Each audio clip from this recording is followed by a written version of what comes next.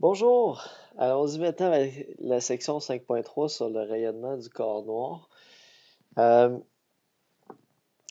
Poser une question, voici une magnifique photo de notre Soleil et je vous pose la question suivante, comment les physiciens font-ils pour calculer la température de surface du Soleil? Euh, Parce qu'effectivement, si, mettons, vous allez sur Wikipédia pour vous cherchez l'article sur le Soleil, vous allez voir dans les informations principales sa température de surface, entre autres.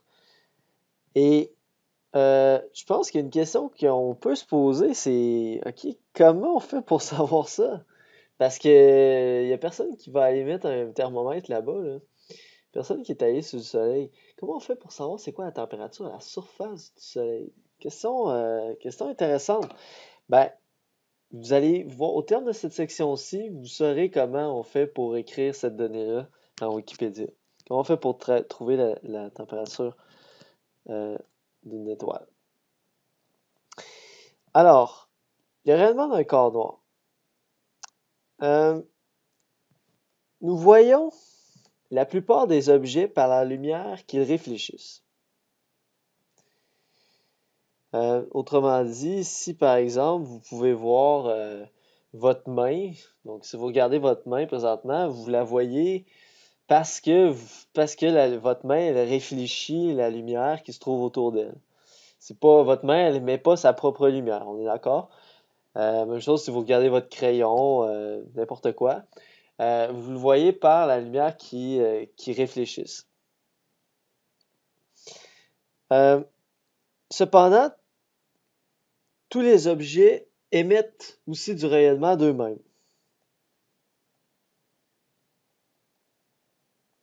Ah oui, puis quand je dis qu'on voit la plupart des objets par la lumière qui réfléchissent, si on pense par exemple à votre écran de cellulaire ou l'écran de télévision, ça c'est différent. Ça, on voit l'image grâce à la lumière qui est émise.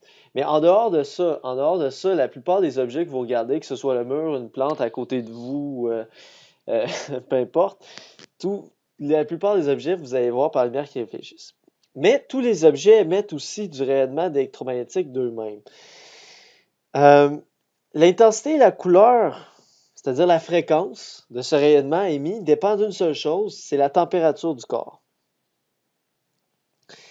Par exemple, la sensation de chaleur qu'on ressent lorsqu'on approche les mains d'une ampoule électrique, et là en passant, je parle des anciennes ampoules électriques, les ampoules qu'on appelle à incandescence, les ampoules qui avaient un fil électrique à l'intérieur, un fil de tungstène. Puis là, ça chauffait.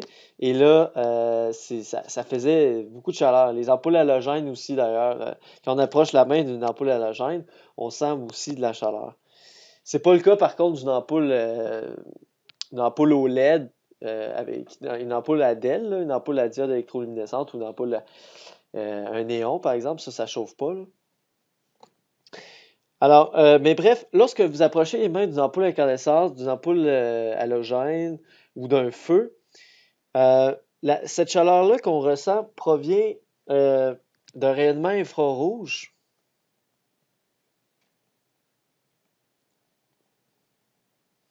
qu'émettent ces objets. Le rayonnement émis par un corps à cause de sa température est appelé le rayonnement thermique.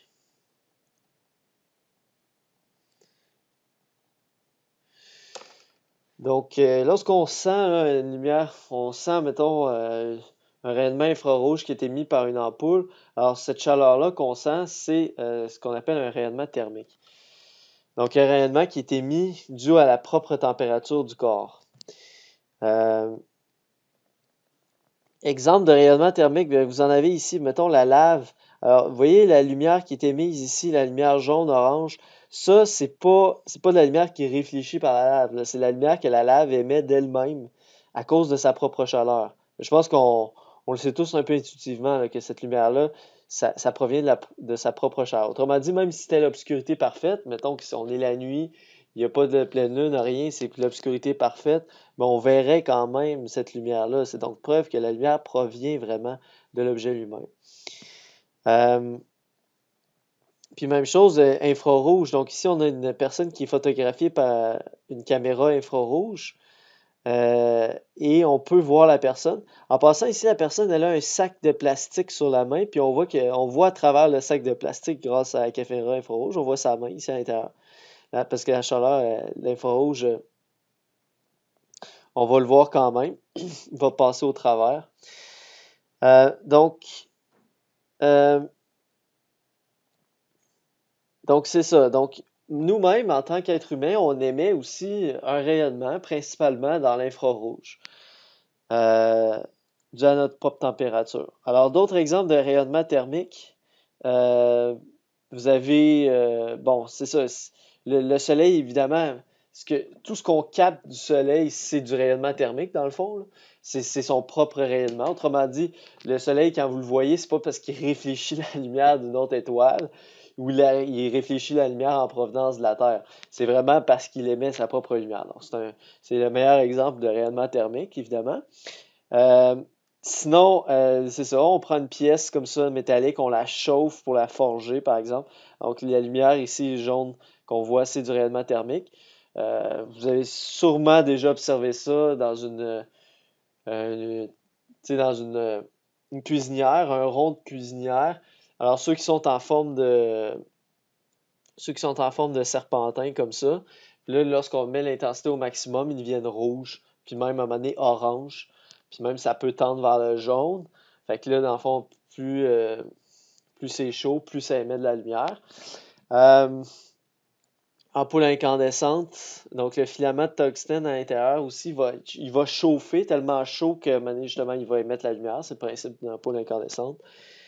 Un exemple plus flyé, mais qui était extrêmement important dans l'astronomie, c'est ce qu'on appelle le fond diffus cosmologique. C'est qu'en fait, on se rend compte que même quand on regarde très loin dans l'univers, comme le plus loin qu'on peut voir, on voit en fait un peu de chaleur. On voit des petits espèces de petits îlots de chaleur.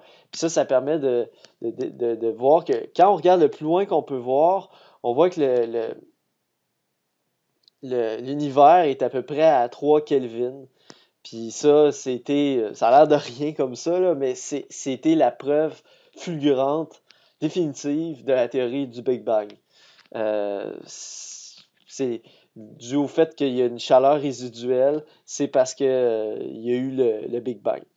En tout cas, donc c'est encore une fois un rayonnement thermique qui a eu une conséquence importante dans le développement de l'astrophysique, l'astronomie.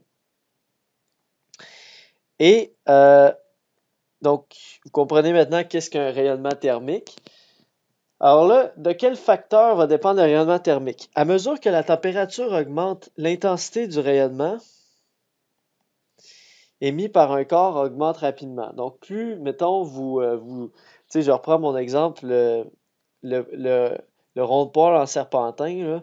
Alors, à ce moment-là, plus vous mettez la température élevée, ben évidemment, vous remarquez que plus la lumière qu'il va émettre va être intense, ou plus il va émettre de la lumière.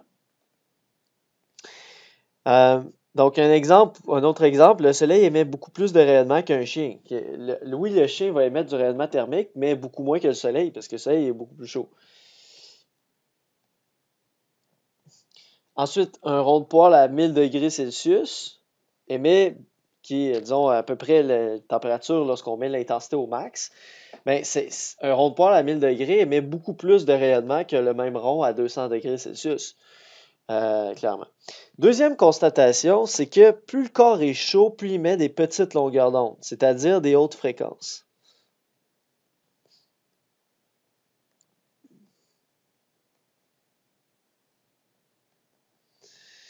Donc, c'est effectivement ce qu'on remarque avec le rond de poêle, parce que si vous avez remarqué, la première couleur qui va apparaître, ça va être quand vous chauffez votre rond, éventuellement, ce qui va apparaître, c'est une espèce de lueur rouge. Mais une espèce de lueur rougeâtre un peu. Faites l'expérience si jamais vous avez un tel rond chez vous. La première lueur, c'est une espèce de rouge foncé, là, une espèce de lueur rougeâtre. Après ça, éventuellement, ça va se transformer en une espèce d'orange. Et éventuellement, ça va peut-être même tirer un peu sur le jaune. Ça va être encore orange, mais ça va être un orange qui va être de plus en plus jaune, plus on chauffe. Alors, si on remarque, dans le fond, c'est ça. C'est la première couleur qui va apparaître, c'est rouge, rouge foncé. Après ça, ça va devenir rouge plus clair. Éventuellement, ça va tirer sur l'orange, puis éventuellement, ça va peut-être tirer sur le jaune. Puis si on continuerait à chauffer le poêle, ben là, on émettrait des longueurs d'onde toujours de plus en plus petites, c'est-à-dire des fréquences de plus en plus grandes. Fait qu'éventuellement, ça pourrait tirer sur le verre, etc. Mais il ne faut pas oublier non plus que, mettons qu'on émet, on est rendu à une température telle que on a du orange qui est émis, mais on a aussi tout ce qui est avant qui va être émis. Donc, autrement dit, si on réussit à émettre, si le poêle il commence à réussir à émettre du jaune, il va pas juste émettre du jaune. Il va émettre du jaune plus tout ce qui est moins énergétique. Donc, il va émettre du jaune, mais il va émettre aussi du orange puis du rouge. Puis ce que vous allez voir à l'œil, ça va être un mélange de tout ce qu'il est en train d'émettre. Donc, plus le corps est chaud, plus son rayonnement est à haute fréquence. Donc, comme on dit, on part à jaune, après ça, éventuellement, on part à rouge, après ça, on va être orange, jaune, puis éventuellement, on irait vers le violet. Donc, plus son rayonnement à haute fréquence, donc plus le rayonnement est énergétique. Parce que, bien sûr, plus les fréquences sont élevées, plus l'énergie est élevée. Alors, c'est quand même logique de penser que plus on chauffe un corps, plus il émet un rayonnement qui est énergétique. C'est quand même naturel. Donc, le contraire aurait été étonnant. Euh, alors là, ça m'amène à vous définir qu'est-ce qu'un corps noir. Parce que vous avez remarqué, le titre de la section, c'est rayonnement d'un corps noir. Qu'est-ce que c'est ça un corps noir? Pourquoi on parle de corps noir? Euh, lorsque le rayonnement qui vient d'un corps provient exclusivement de l'émission thermique du corps lui-même, on qualifie ce corps de corps noir. Donc, l'expression corps noir en physique a un sens très précis. Ça ne veut pas nécessairement dire un objet de couleur noire ou un objet de peinture en noir. C'est pas ça. C'est vraiment une espèce de concept spécifique qu'on utilise en physique pour dire que cet objet, il nous envoie un rayonnement qui provient exclusivement de son émission thermique. Donc, tout son rayonnement provient de lui-même, de son émission thermique, et il ne réfléchit pas, il ne réfléchit pas de façon significative la lumière vers nous. Donc, on ne le voit pas par sa réflexion, mais on le voit par son émission thermique. C'est ça qu'on appelle un corps noir.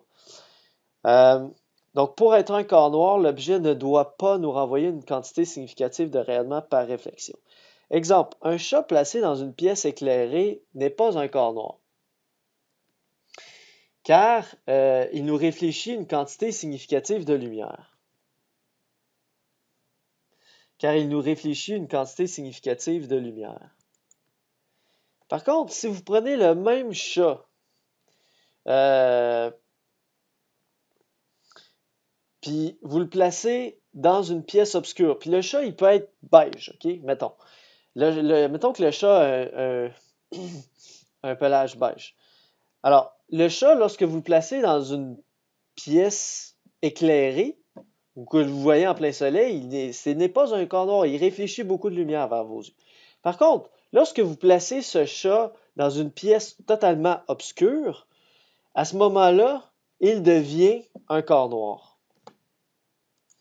Donc, le même chat placé dans une pièce obscure devient un corps noir, car toute la lumière que nous recevons de lui provient de son émission thermique.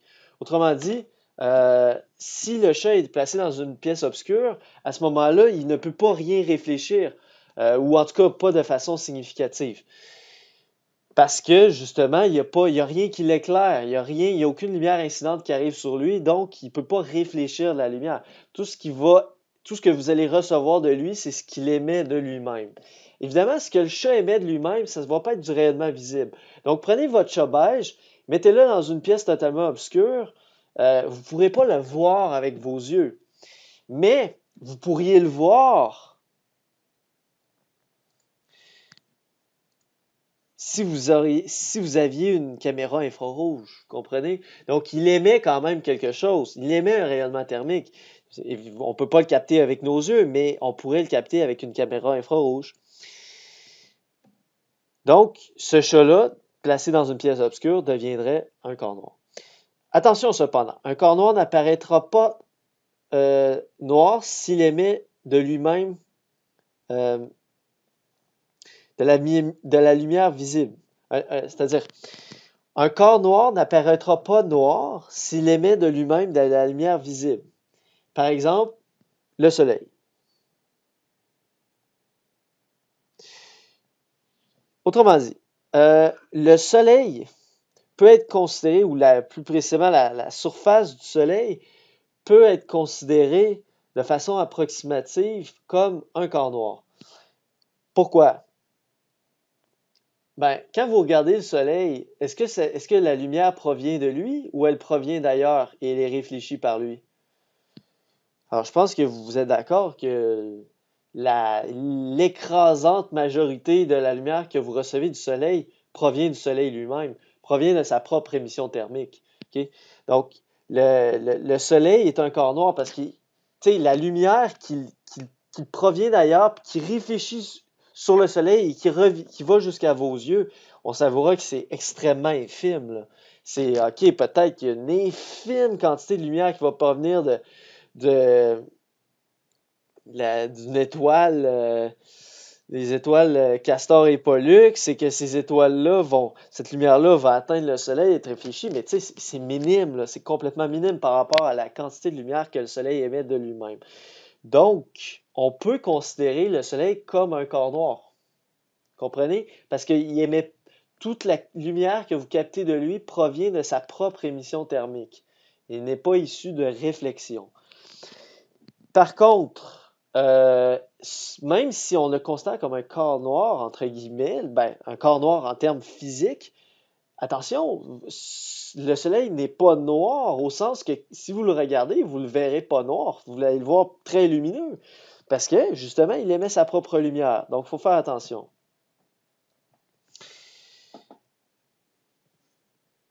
Donc, il faut faire attention avec la distinction entre l'expression corps noir physique et le langage courant. OK? Donc, un corps noir peut peut apparaître lumineux si justement il émet sa propre lumière visible.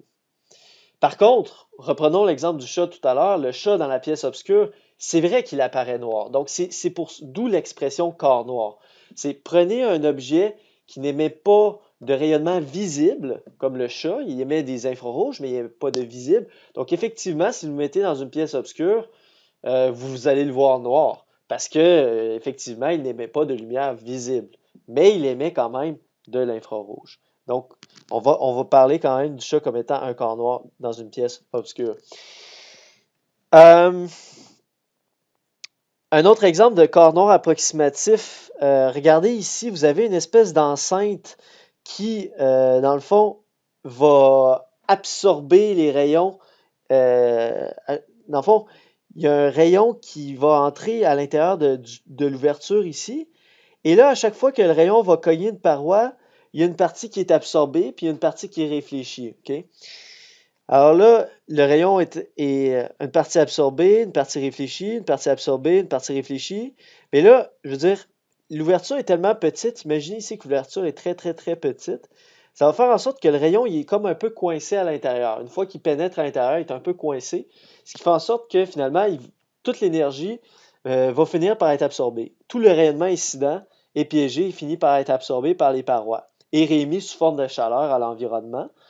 Donc, finalement, vous avez aucune lumière qui va pouvoir comme ressortir, ou pratiquement aucune lumière qui va pouvoir ressortir par l'ouverture.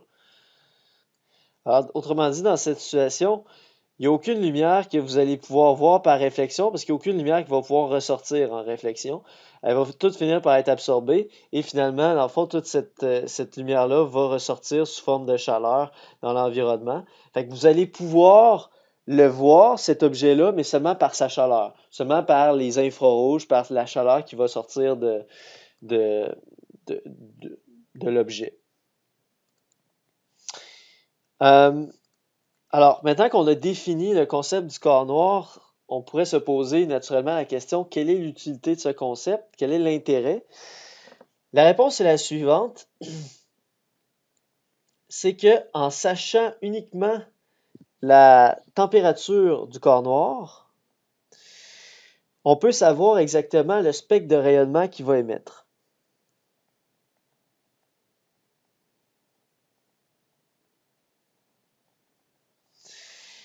En connaissant seulement la température du corps noir, ça veut dire on n'a pas besoin de savoir de quoi il est composé, on n'a pas besoin de savoir sa forme, on n'a pas besoin de savoir sa grosseur, sa masse, on n'a rien besoin de savoir d'autre que sa température. En sachant seulement sa température, on peut savoir le spectre de rayonnement qu'il va émettre. Quand on parle de spectre de rayonnement, ça veut dire la quantité de chaque longueur d'onde qui va être émise.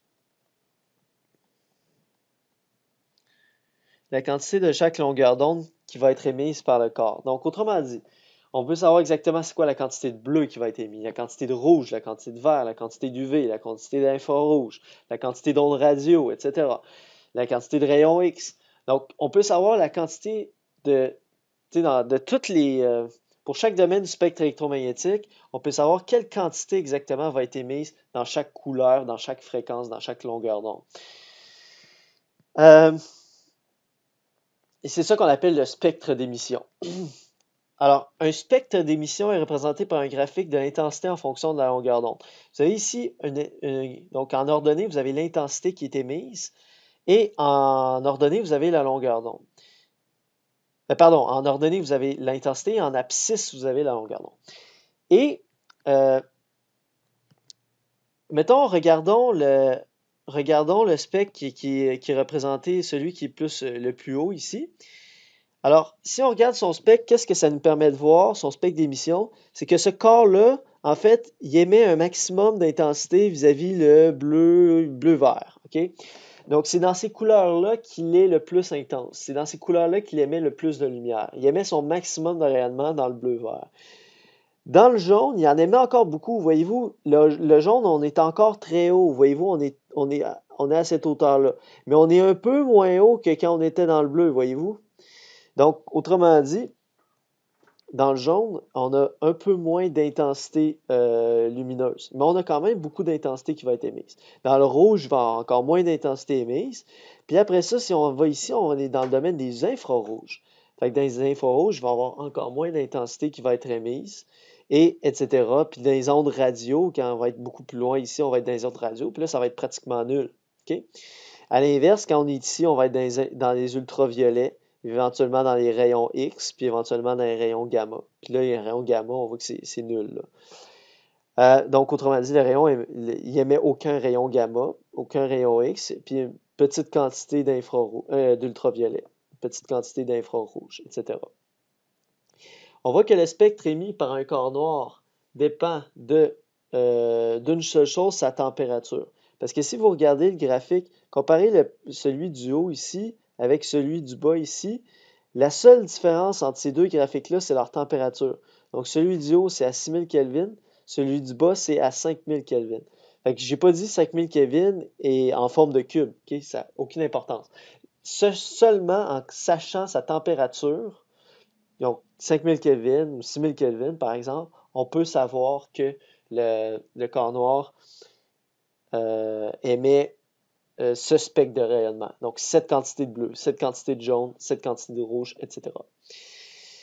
Donc, c'est ça une importance primordiale du concept du corps noir. Donc, son spectre de rayonnement, la quantité de chaque couleur qu'il émet, dépend d'une seule chose, sa température, à condition qu'il soit un corps noir. L'émission du corps noir ne dépend donc pas de la composition du corps, donc de quel élément il est fait ou de quelle molécule il est fait, ou de sa forme, de sa grosseur ou de sa masse. Okay? Ça dépend d'aucun de ces facteurs-là, seulement de sa température. Je vais prendre une petite pause à ce stade-ci. On continue tout de suite après.